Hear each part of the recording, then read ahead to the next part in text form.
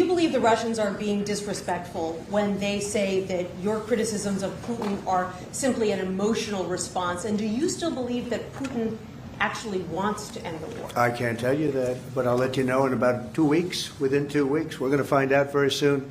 We're going to find out whether or not he's tapping us along or not. And if he is, we'll respond a little bit differently. But it'll take about a week and a half, 2 weeks. We have Mr. Witkoff is here, who's doing a phenomenal job, is dealing with them very strongly right now.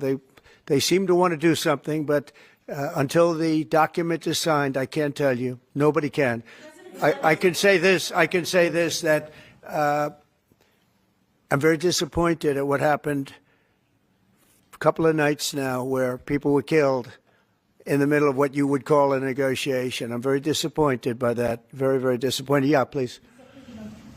You've called for an end to the Gaza war. Given the growing humanitarian crisis and the decision of Prime Minister Netanyahu to expand the military operation, do you have any frustration with his handling of the situation of the war? No, we're dealing with the whole situation in Gaza. We're getting food to the people of Gaza.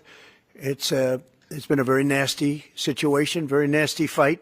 October 7th was a very nasty day, the worst that I think I've ever seen. It was a horrible day, and people aren't going to forget that either. So we'll see how that all works out. And Steve, would you want to say a couple of words about Gaza because you just have some information? Steve Witkoff, do you want to come up for a second? You might give him a little bit of information as to what's happening with Gaza and also Israel. We're having some very good talks with Iran. We'll find out whether that means anything, but we're having good talks. Congratulations. Well, hi everybody. I think that we are on the precipice of sending out a new term sheet that hopefully will be delivered later on today. The President is going to review it, and I have some very good feelings about getting to a long-term resolution, temporary ceasefire, and a long-term resolution, a peaceful resolution of that conflict.